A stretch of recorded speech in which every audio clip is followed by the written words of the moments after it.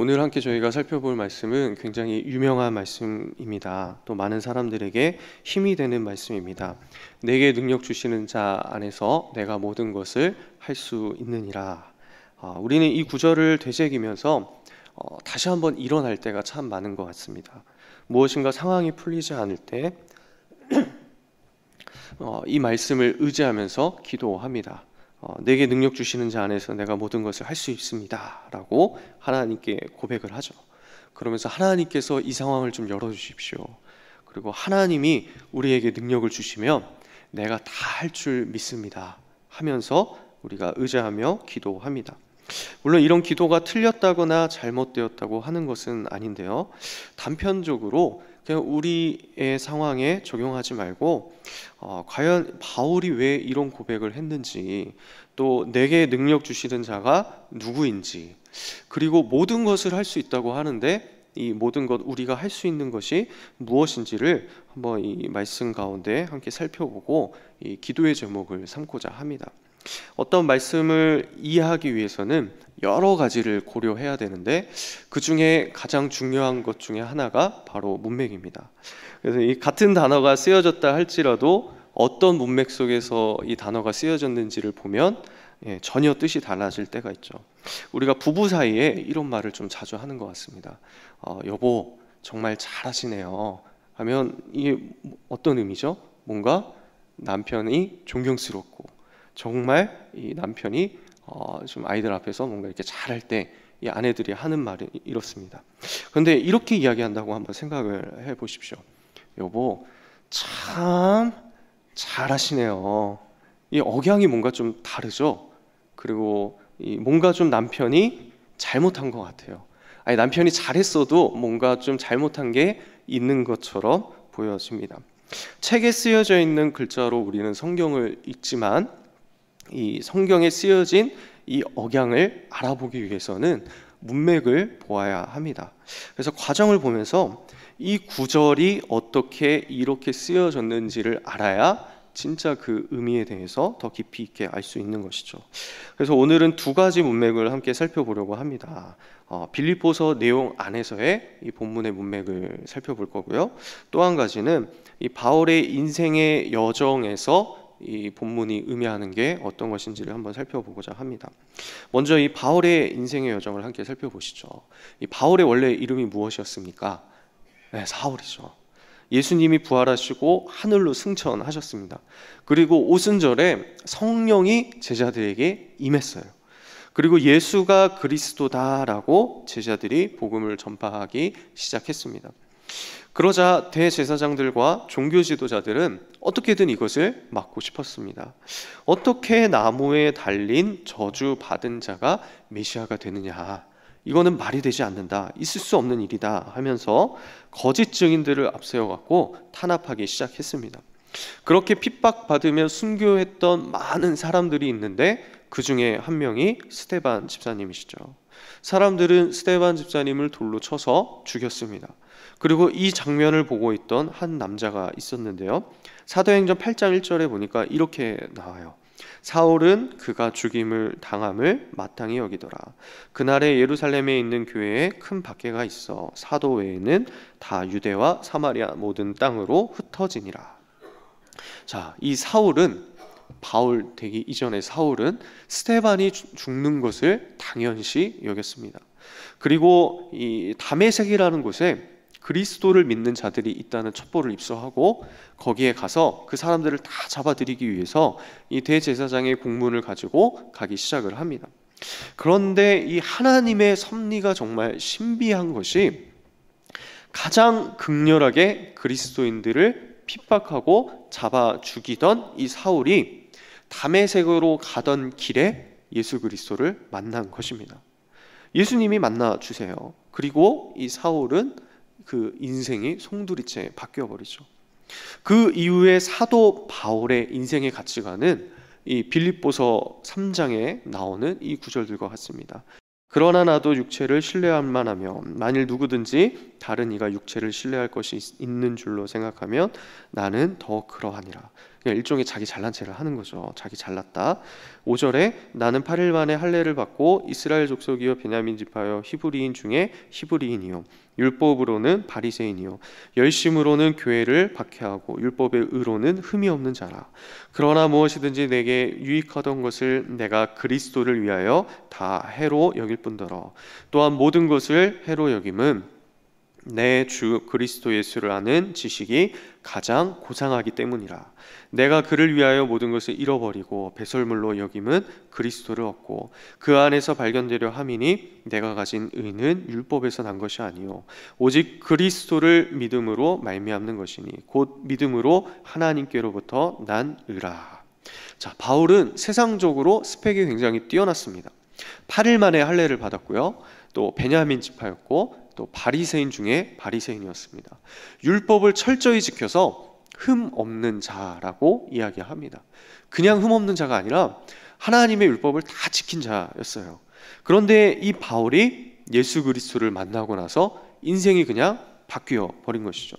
예수님을 만나니까 예수 그리스도를 아는 지식 때문에, 그 고상한 지식 때문에 자신에게 유익했던 세상의 다른 것들이 다 해로 여겨졌습니다. 그냥 다 배설물로 여겼다고 이야기합니다. 그래서 예수 그리스도를 의지하고 예수 그리스도를 믿음으로 인생을 살아갔습니다. 사도 바울의 인생이 참 대단하죠. 우리 시대의 말로 하자면 이 바울은 태어날 때 금수저로 이렇게 물고 태어나고요. 또 대학도 그냥 뭐 서울대 정도로 안 돼요. 그냥 뭐 하버드나 유수의 여러 대학들의 박사학위를 갖고 있고요. 또 윤리적으로도 완벽합니다. 청문회 한번 열면 먼지 하나 털 사람이 없는 게 이 사도 바울이었어요. 사람들의 존경을 받았습니다. 그런데 이 모든 것을 그리스도 예수를 아는 고상한 지식 때문에 이 세상의 다른 것들보다 주님이 가장 우선순위로 둔 사람이었던 것이죠. 이 말씀을 볼 때마다 또 들을 때마다 참 도전이 됩니다. 그리고 은혜가 됩니다. 하나님께서는 이 바울이라는 사람을 단번에 변화시키셨고 또 준비시키셨고 하나님의 선교 역사에 커다란 획을 긋게 하신 것이죠. 저도 이렇게 살아가야지 하면서 도전을 받습니다. 근데 여기까지는 참 좋은데 성경을 읽다 보면 좀 부담되는 게 있어요.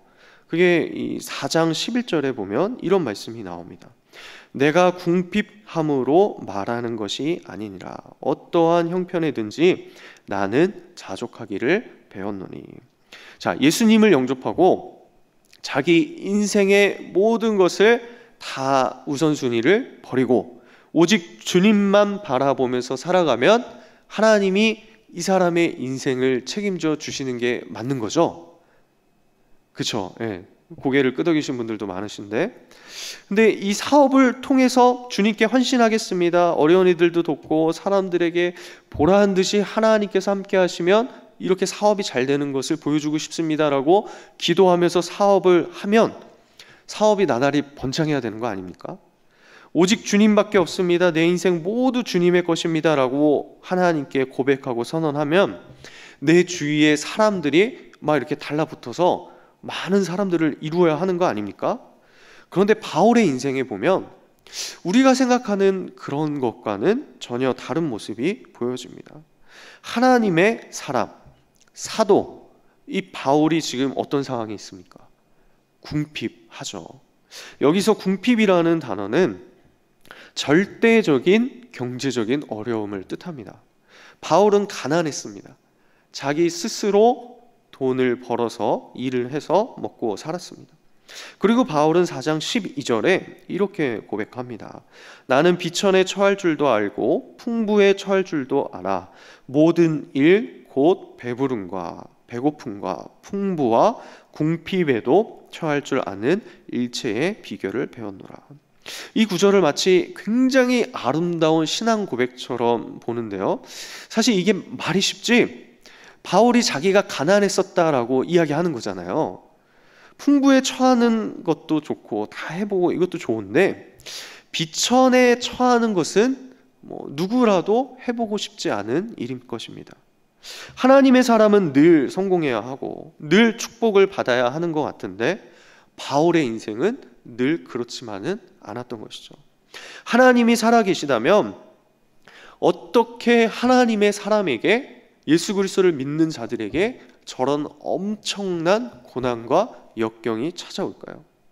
뭐라고 말할 수 없는, 해석할 수 없는, 이해되지 않는 상황들이 왜 그리스도인들에게 찾아오는 이유가 무엇일까요? 이번 한 주간에도 이런 일들이 참 많았습니다. 도저히 인간의 생각으로는 하나님 살아계시는데 어떻게 저런 일을 당할까라는 일들도 참 많았습니다. 성경에 보면 욥이라는 인물도 그렇죠. 하나님은 욥의 재산을 거두어 가도록 허락하십니다. 심지어 가족들까지 잃습니다. 자신의 몸은 병이 들어서 견딜 수 없는 고통까지 찾아왔습니다. 친구들이 찾아와서는 하나님 앞에서 성실했던 욥에 대해서 비난합니다. 욥은 이런 상황이, 자기에게 펼쳐진 상황이 이해되지가 않았어요. 하나님 앞에서 정직하고 성실히 행한 사람이 왜 인생에 고난이 찾아옵니까? 왜 이런 인생을 살아가야 할까요? 신약에서도 이런 인물이 있죠. 회당장 야이로라는 사람인데요, 야이로가 예수님을 찾아옵니다. 그리고 이 마가복음 5장 23절에 보면 이렇게 예수님께 부탁을 합니다. 간곡히 구하여 이르되 내 어린 딸이 죽게 되었사오니 오셔서 그 위에 손을 얹으사 그로 구원을 받아 살게 하소서 하거늘. 야이로의 딸이 병이 걸렸고요, 이제 죽을 것 같은 위기가 찾아왔습니다. 그러자 이 야이로는 예수님께 찾아온 거예요. 그리고 예수님께, 예수님, 내 딸에게 오셔서 한번 기도 한번 해주십시오. 이게 손을 이렇게 머리에 얹고 기도 한번 해주시면 우리 딸이 살아날 것 같아요. 제발 좀 우리 딸 좀 살려주십시오. 이렇게 부탁하는 거예요. 그러자 예수님은 야이로의 집으로 향하십니다. 그런데 예수님이 가는 길에 이 무리들이 너무나도 많아져서 마치 이 압살을 당할 정도에 이르렀습니다. 설상가상으로 12의 혈류증 앓은 여인이 어떻게 해서 예수님을 이렇게 딱 한번 만지게 되니까 이 여인이 낫게 된 거예요. 그러자 이 예수님은 야이로의 집에 갈 생각은 하지도 않으시는지 그 자리에서 지체하십니다. 한번 생각해 보십시오. 지금 응급 상황이 어딥니까? 야이로의 딸이 지금 죽어가고 있잖아요. 근데 지금 치유받은 이 여인은 죽기 직전에 있는 사람을 먼저 살려놓고 와서 그 다음에 만나셔도 되는 거예요. 그런데 예수님은 어떤 생각인지 모르겠지만 천천히 돌아봐도 되는 곳에서 자꾸만 지체하고 계신 것이죠. 얼마 후에 저쪽에서 사람들이 이렇게 다가옵니다. 그리고 이 회당장 야이로에게 이야기를 합니다. 당신의 딸이 죽었습니다. 자, 예수님을 찾아왔는데 예수님이시라면 내 딸을 고쳐주실 거라는 믿음이 있어서 확신하면서 찾아왔는데 왜 내 딸이 죽어야 합니까?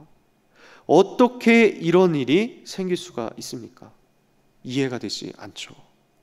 그런데 바울은 이 신약의 입장에서 이러한 모든 인생의 상황들을 이렇게 해석합니다. 오늘 본문 13절입니다.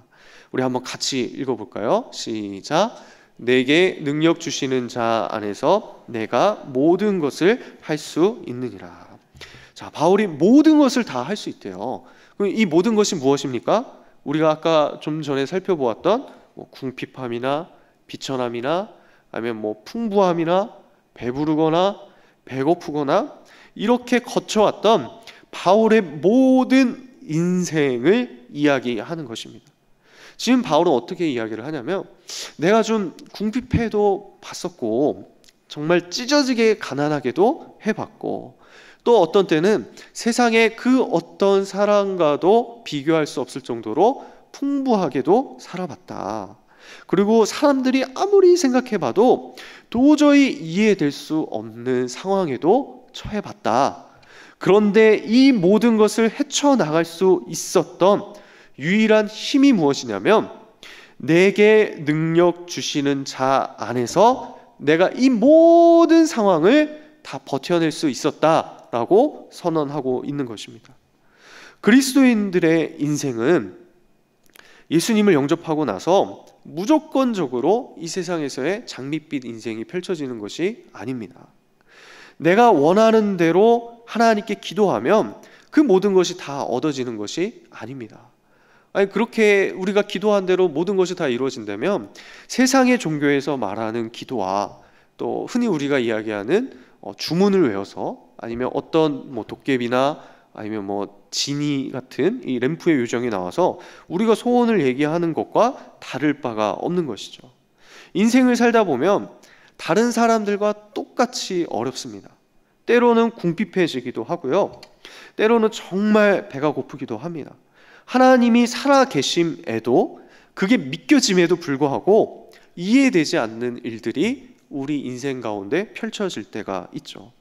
그런데 바울의 고백에서 우리가 세상과는 다른 점이 있다고 하는데 그것이 무엇이냐면 내게 능력 주시는 자 안에서 그 모든 것을 다 할 수 있다라고 말씀하고 있는 것입니다. 어려운 상황 속에서 넘어진다 할지라도 다시 일어나게 되고 또 잘 되어지는 기쁜 상황 속에서도 절제력을 잃지 않고 어떤 상황 속에서도 버텨낼 수 있는 이유가 우리에게 능력 주시는 자가 있기 때문입니다. 그렇다면 이 내게 능력 주시는 자가 누구입니까? 이 똑같은 단어가 디모데전서 1장 12절에 쓰여집니다. 디모데전서 1장 12절에 보면 나를 능하게 하신 그리스도 예수 우리 주께 내가 감사함은, 나를 능하게 하시니가 내게 능력 주시는 자와 같은 단어거든요. 그분이 누구십니까? 예수 그리스도시죠. 혹시라도 이 자리에 지금 상황이 너무나도 어려워서 막막하신 분들이 계십니까? 도저히 이해되지 않고 내 힘으로는 감당할 수 없는 무게감에 놓여 계신 분들이 계십니까? 아니면 지금 인생이 너무나도 잘 풀려서 다른 사람들의 말이 들어오지가 않아요. 그냥 내 마음대로 살면 될 것 같고 어려운 사람들 신경 쓰지 않고 그냥 나만 잘 살면 될 것 같은 그런 생각에 계신 분들이 계십니까? 그렇다면 지금이라도 늦지 않았습니다. 우리 매주 담임 목사님 설교하는 제목이시죠. 능력으로 우리를 인도해 가시는 예수 그리스도를 바라보시기를 축복합니다. 바울이 또 이렇게 이야기합니다. 빌립보서 3장 14절에 표대를 향하여 그리스도 예수 안에서 하나님이 위에서 부르신 부름의 상을 위하여 달려가노라. 표대를 바라보며 산다고 이야기합니다. 우리는 예수 그리스도라는 저 표대를 바라보며 사는 것입니다. 그렇기 때문에 우리가 처한 모든 것을 이겨낼 수 있죠. 이 앞에서 젊은 목사가 말은 쉽게 하지만 실제로 우리가 살아갈 때 이건 절대로 쉬운 내용이 아닙니다. 인생의 그 어려움을 어떻게 쉽게 이겨 나갈 수 있겠습니까? 예수님 바라보며 삽시다 하지만 그거를 어떻게 순탄하게 이겨 나갈 수 있겠습니까? 그런데 성경을 아무리 봐도 다른 방법이 없습니다. 넘어지면 다시 십자가 앞에 나와서 힘을 얻고 또 쓰러지면 다시 복음 앞에 나와서 내 자신을 주님만 바라보는 자로 끊임없이 쳐서 복종시켜야 합니다. 그 주님 안에서 우리가 모든 것을 할 수 있기 때문입니다. 이런 은혜가 이 자리에 모인 우리 모든 성도님들의 인생 가운데 충만하시기를 축복합니다. 우리 두 번째로 이 빌립보서 자체의 내용을 통해서 우리가 함께 살펴보고자 하는데요. 이 빌립보서는 흔히 기쁨의 서신이라고 합니다. 그래서 감옥 안에서 이 바울이 이 빌립보서를 썼죠. 바울은 이 감옥이라는 또 여러 선교의 핍박 속에서 그 상황에 좌우되지 않고 주님 안에서 참된 기쁨을 빌립보 교인들에게 전달했다라고 해서 우리가 이 빌립보서를 기쁨이라고 정의하기도 합니다. 근데 빌립보서를 찬찬히 잘 살펴보면 이 글을 쓴 또 다른 이유가 있습니다. 그게 오늘 그 14절 본문 말씀입니다. 14절에 그러나 너희가 내 괴로움에 함께 참여하였으니 잘하였도다. 빌립보 교회가 바울의 괴로움에 함께 참여했다고 하고요. 또 바울은 이것을 잘하였다고 칭찬합니다. 그러면 바울의 괴로움이 무엇일까요? 빌립보 교회는 어떻게 이 바울의 괴로움에 참여하였을까요? 여러 가지 측면들이 있겠지만 가장 실제적인 내용은 4장 18절입니다. 4장 18절에 내게는 모든 것이 있고 또 풍부한지라 에바브로디도 편에 너희가 준 것을 받음으로 내가 풍족하니 이는 받으실 만한 향기로운 제물이요 하나님을 기쁘시게 한 것이라. 자, 빌립보서는 단순히 빌립보 교인들에게 뭔가 문제가 있어서 그것을 교정해 주려고 그러한 목적으로만 쓰여진 서신이 아닙니다. 그것과 더불어서 이 사도 바울이 궁핍하고 경제적으로 어렵고 이 선교의 상황에서 힘들 때 이 빌립보 교회에서는 물질을 보냈습니다. 그리고 사람을 보내줬습니다. 그 선교의 사역을 도와주었습니다. 그래서 바울은 그 도움을 감사하다는 의미로 편지를 쓴 것입니다. 자, 보세요. 이 바울에게 능력 주시는 자가 누구였습니까? 예수 그리스도시죠. 그렇다면 바울에게 실제적으로 예수 그리스도의 사랑으로 도움을 준 자는 누굽니까? 빌립보 교회인 것이죠. 바울은 궁핍과 어려운 상황도 이겨낼 수 있는 자족하는 마음이 있다고 합니다. 그래서 누가 도와주지 않아도 사실 이겨낼 수 있다라고 지금 이야기하고 있는 거예요. 그런데 빌립보 교회는 이 어려움에 처한 바울을 그 괴로움에 동참했습니다. 물질적으로 도움을 주고 사람을 보냈습니다. 그렇다면 바울이 지금 이야기하고 있는 내게 능력 주시는 자의 손길이 바로 빌립보 교회가 되는 것이죠. 바울에게 빌립보 교회는 하나님의 도우심의 손길이 실제 현실에서 드러난 현장이었습니다. 이런 손길을 통해서 사도 바울은 감옥에 있다 할지라도 기쁨을 유지할 수 있었습니다. 어떤 상황이 있더라도 나를 이렇게 도와주는 사람들이 있구나. 내가 혼자가 아니구나. 하나님은 나를 이렇게 생각하시는구나. 이것을 빌립보 교회를 통해서 경험했던 것이죠. 사람이 아무리 뛰어나봤자 그저 한 사람일 뿐입니다.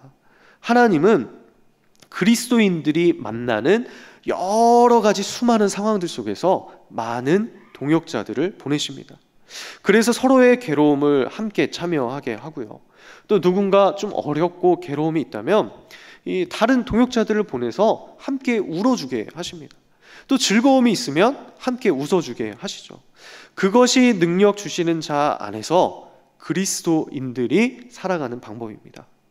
빌립보서의 그 문맥 속에서 이야기하자면 이러한 모습이 하늘의 시민권을 가진 자가 이 땅에서 천국을 누리면서 살아가는 현장입니다. 이제 한 주의 절반이 지나고 우리는 또다시 한 주의 절반을 살아가야 합니다. 한번 우리 주위에 하나님의 손길이 필요한 곳이 있는지를 돌아보십시오.